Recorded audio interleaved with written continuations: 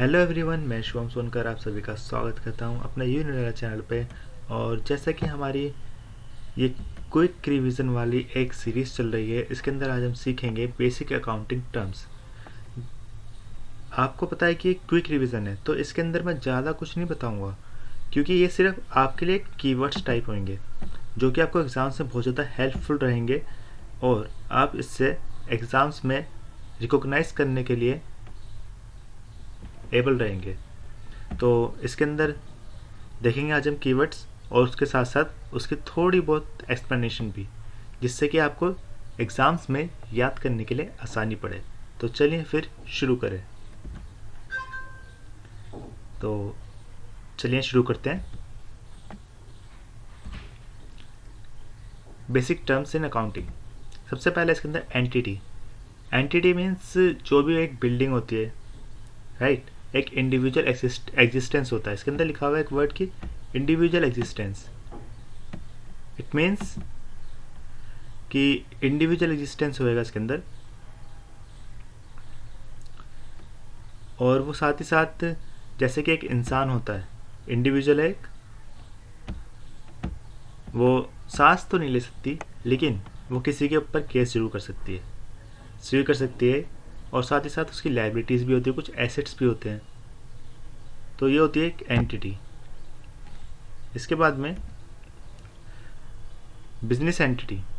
अब business entity क्या होती है? अब उस एंटिटी को कोई एक नेम दे देंगे, या फिर जैसे कि दे देंगे हम Mohan's company, Ram's company, etcetera etcetera.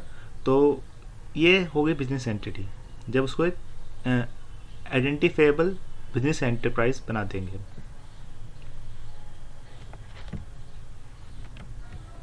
अब आ जाते हैं अपनी नेक्स्ट टर्म के ऊपर, जो कि हमारे पास एसेट्स।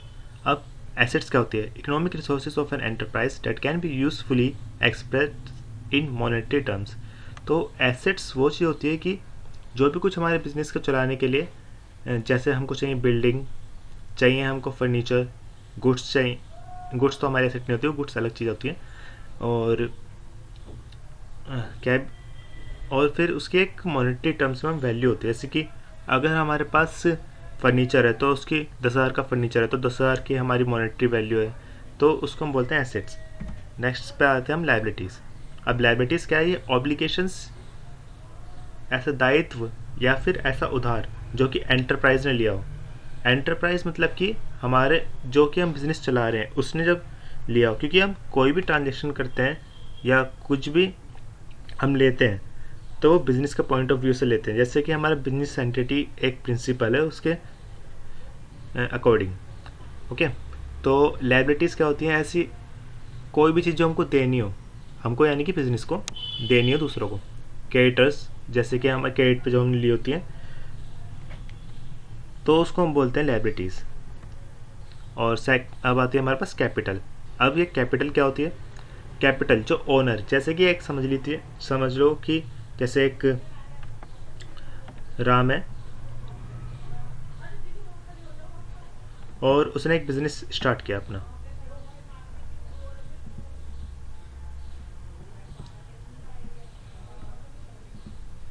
राइट। ये समझ लीजिए कि बिल्डिंग है बिजनेस की। तो उसने एक बिजनेस स्टार्ट किया, उसके बाद में उसने देखा कि उसको कुछ कैपिटल भी चाहिए होगी, राइट, लैंड खरीदने के लिए, बिल्डिंग खरीदने के लिए, जहाँ पे उसको गुड्स लाने तो गुड्स के लिए कुछ चाहिए होगा। कैपिटल मतलब कि ऐसा पैसा जो कि हमारे ओनर ने, मतलब कि मैंने, जैसे अगर राम ने जैसे खोली है बिजनेस, तो उसके अंदर जो उसने पैसा लगाया है तो उसको हम क्या बोलते हैं? उसको हम बोलते हैं कैपिटल, राइट।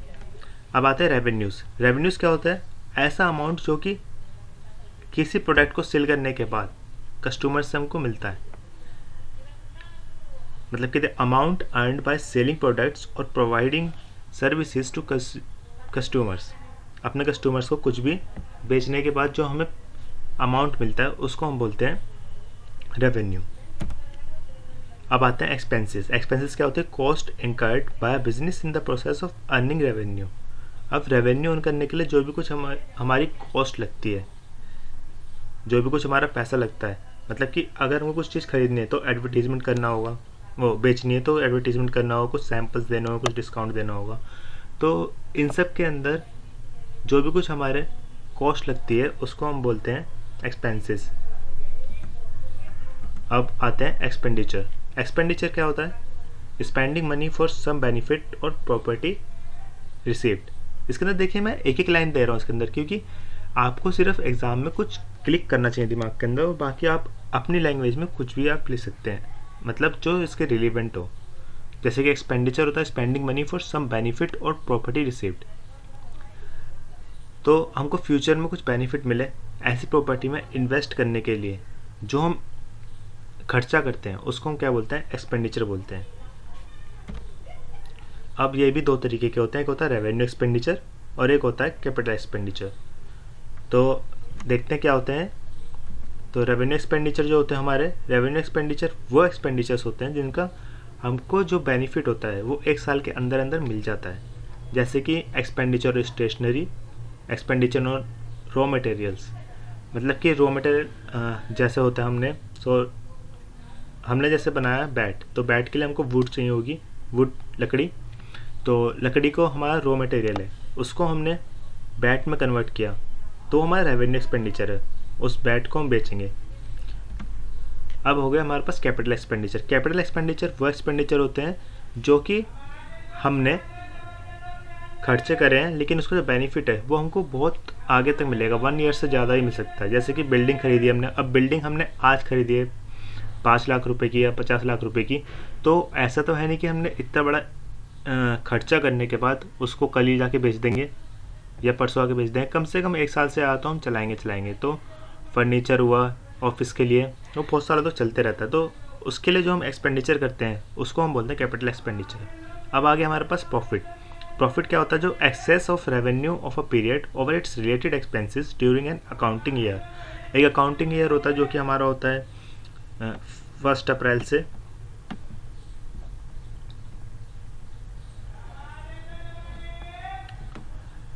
जो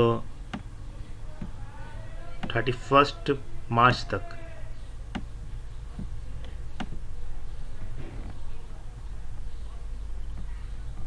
तो ये हमारा अकाउंटिंग पीरियड होता है 1 अप्रैल से लेके 31 मार्च तक। तो इस अकाउंटिंग पीरियड के अंदर जितने भी हमने रेवेन्यू जनरेट किया है, मतलब कि हमको जितना भी पैसा मिला है किसी गुड्स को बेचने से, जो हमको पैसा मिला है, जैसे कि मेरा बैट्स का बिजनेस था तो बैट बेचने पे जो मेरे को प्रॉफिट हुआ है, मेरे 100 रुपीज़ के बैट थे जो मेरी कॉस्ट लगी थी, लेकिन मैंने उसको 200 रुपये में बेचा, तो मेरा 100 रुपये का जो है बीच में वो प्रॉफिट है। और ये डे टू डे बेसिस पे होते रहता है अकाउंटिंग ईयर में, मतलब डेली बेसिस पे होगा, क्योंकि मेरे गुड्स से तो डेली कभी ना कभी बिकते रहेंगे वो रेगुलर बेसिस पे। अब गेन क्या होता है? गेन और प्रॉफिट में देखिए अंतर क्या होता है। गेन जो होता है इंसिडेंटल होता है, मतलब क्या कहने का कि गेन इंसिडेंटल होता है। देखिए इंसिडेंटल टू बिजनेस, मतलब ये रेगुलर जरूरी नहीं कि रेगुलर हो, ये कभी कदार हो सकता है। जैसे कि हमने फर्नीचर बेचा, तो फर्नीचर हम रोज रोज तो बेचेंगे नहीं, या फिर बिल्डिंग बेची अपने किसी, हमारे पास कोई मान लीजिए हमारे पास प्रॉपर्टी तो हमने वो बेची बिजनेस की, तो वो हमारा ऐसा प्रॉफिट है जो कि डे टू डे बेसिस पे नहीं है, लेकिन वो इंसिडेंटल है। उससे जो हमारा पैसा मिलेगा हमको वो हमारा गेन होएगा। अब लॉस क्या होता है? जब हमारे एक्सपेंसेस ज़्यादा हो जाते हैं रिलेटेड रेवेन्यू से, तो हमारा क्या होता है? वो लॉस होता है।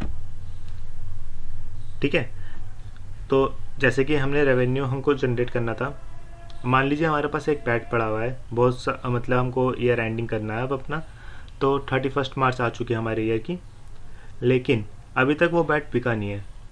मेरी कॉस्ट उसके अंदर लगी थी 100 रुपये, 1000 रुपये लगी थी मान लीजिए उसको बनाने के लिए, लेकिन अब मैं कह रहा हूँ कि चलो यार अब इसको निकालना है, तो अब मैं उसको लॉस में बेच सकता हूँ, मैं उसको 800 रुपये में भी बेच सकता हूँ। तो मेरा जो 800 रुपये है, जो 200 रुपये बचा क्या मेरे पास, मेरा ज़्यादा चला गया 200 रुपये, तो वो मेरा लॉस रहेगा।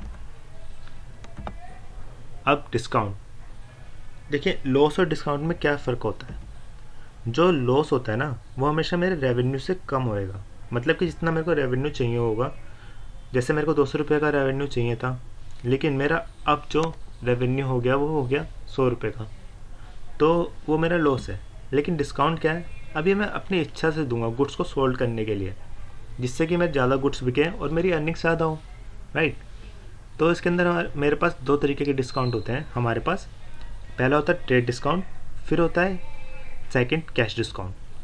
तो ट्रेड डिस्काउंट क्या होता है, ट्रेड डिस्काउंट एक ऐसा ऑफर होता है जो कि सेल्स को इंक्रीज़ करने के लिए दिया जाता है। और ट्रेड डिस्काउंट जो मिलता है हमको, मतलब देते हैं हम कस्टमर्स को, देते हैं सेल्स को इंक्रीज़ करने के लिए। जैसे कि अगर आप बल्क में लेना जाएंगे होलसेलर के पास चीज़ें, क्लॉथ्स खरीदते हैं, अपने जो रिटेलर पे ख़रीदते हैं और जो बिना बनाया हुआ जो होलसेलर पे जाकर ख़रीदते हैं। रिटेलर पे आपको जो चीज़ 1000 रुपये की मिलेगी, वो होलसेलर के पास आपको हो सकता है कि वो 950 की मिले। तो वो आपको ट्रेड डिस्काउंट देता है। ट्रेड डिस्काउंट होता है अपनी सेल्स को इंक्रीज़ करने के लिए, जिससे कि आपकी सेल्स इंक्रीज़ होती रहे। तो अब हम सीखेंगे ट्रेड डिस्काउंट, जो आपको समझ में आ गया हो कि ट्रेड डिस्काउंट क्या होता है। अपनी सेल्स को इंक्रीज़ करने के लिए जो डिस्काउंट देते हैं, होलसेलर जैसे देते हैं हमको डिस्काउंट। और अब हम देखते हैं इसके अंदर सेकंड जो है हमारे पास कैश डिस्काउंट। कैश डिस्काउंट क्या होता है, कैश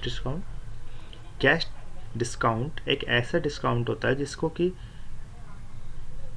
हम देते हैं जब कोई हमें हाथ के हाथ कैश दे देता है। जैसे कि अगर हमारा लैपटॉप का बिज़नेस है, तो लैपटॉप के बिज़नेस में किसी की अगर पेमेंट किसी ने करनी है, किसी को 37,000 को उसने लैपटॉप लिया, लेकिन उसने अभी हाथ के हाथ हमें कैश दे दिए, तो हम कैश के ऊपर उसको डिस्काउंट दे देंगे, उसको हम 36,500 का दे देंगे। तो ये हो गया हमारा कैश डिस्काउंट। नेक्स्ट पॉइंट पर आते हैं अपने। नेक्स्ट टर्म है हमारे पास जो कि है वाउचर। वाउचर क्या होता है, एक डॉक्यूमेंट्री एविडेंस होता है जो कि ट्रांजैक्शन को सपोर्ट करता है। अब ट्रांजैक्शन क्या होता है, ट्रांजैक्शन वो चीज़ें होती हैं जो हम डे टू डे बेसिस पे अपने बिजनेस के अंदर करते रहते हैं। किसी से सेल्स किया किसी को गुड्स, तो वो हमारी ट्रांजैक्शन है। किसी से पैसा आया तो हमारी ट्रांजैक्शन है। किसी को हमने उधार पे दिया कोई चीज़, तो वो हमारी ट्रांजैक्शन है। किसी से उधार से ली तो वो हमारी ट्रांजैक्शन है। तो इसके लिए हमको एविडेंस चाहिए होता है। जैसे कि अगर मेरा लैपटॉप का बिजनेस है, तो अगर मैंने 10 लाख के लैपटॉप ख़रीदे, तो उसके लिए मेरे को एविडेंस चाहिए होगा कि हाँ मैंने इतने रुपए के मेरे पास डॉक्यूमेंटेशन है इसका कि मैंने इतने रुपए के ख़रीदे हैं 10 लाख के लैपटॉप। अब ये वाउचर क्यों काम आएंगे, हमारे एविडेंस क्यों चाहिए, क्योंकि हमको इसको आगे जाके अपने अकाउंट्स के अंदर लिखना पड़ेगा, जिससे कि हमको कंपनी का सही प्रॉफिट और लॉस पता चले। तो चलिए नेक्स्ट टर्म है हमारे पास गुड्स। अब गुड्स क्या होते हैं, गुड्स ऐसी चीज़ें होती हैं जो कि बिजनेस डीलिंग करता है, जिसके अंदर कि the products in which the business unit is dealing.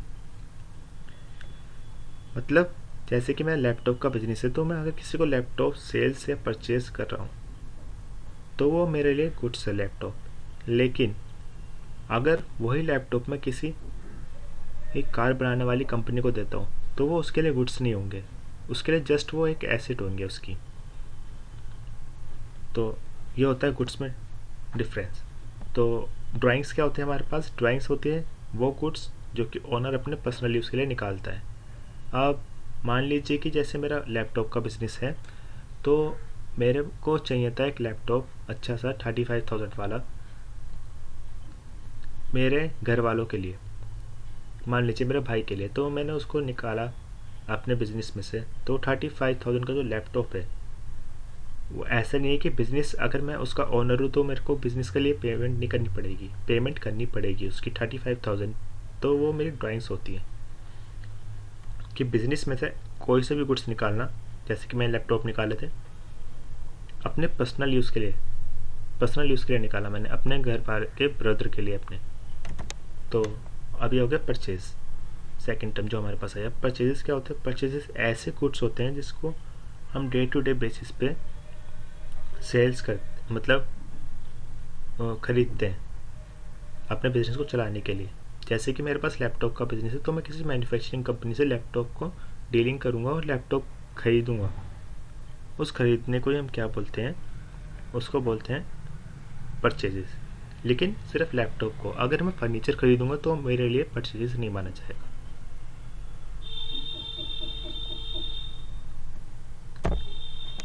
Debtors. Debtors क्या होते हैं? डेटर्स एक ऐसे पर्सन्स होते हैं या फिर एंटिटीज होती है जिससे हमको पैसे लेने होते हैं, जब हमने उसको गुड्स सेल किए होते हैं या फिर सर्विसेज दी होती है। जैसे कि अगर मैंने किसी को लैपटॉप दिया 35,000 का और उसने मेरे को 25,000 पेमेंट कर दी और बाद में वो बोलता है कि 10,000 मैं आपको बाद में दूंगा, वो तो मेरे लिए उधार हो गया। तो उसके लिए तो वो उधार हो गया, उसको तो वो चुकाने है, लेकिन मेरे लिए वो डेटर बन गया। अब वो 10,000 मेरे को देगा। लेकिन अगर यही चीज़ मैं उल्टी कर दूं, अगर मैं 35,000 का माल लेकर आऊँ और 25,000 पे कर आऊँ, तो वो मेरे लिए क्रेडिटर बन गए। वो चीज़ मेरे को 10,000 बाद में पे करनी पड़ेगी, उधार का माल जब हम लेकर आते हैं। तो यही थी आज की video, simple and easy way में कुछ कीवर्ड्स के साथ आपको वन लाइनर्स आपको माइंड में रखने के लिए आपके, जिससे कि आप एग्ज़ाम्स में अच्छा परफॉर्मेंस दे सकें। और thank you for watching. Like करिए वीडियो को, शेयर कीजिएगा और सब्सक्राइब कीजिएगा अगर अच्छी लगी होगी तो। Thank you and have a nice day.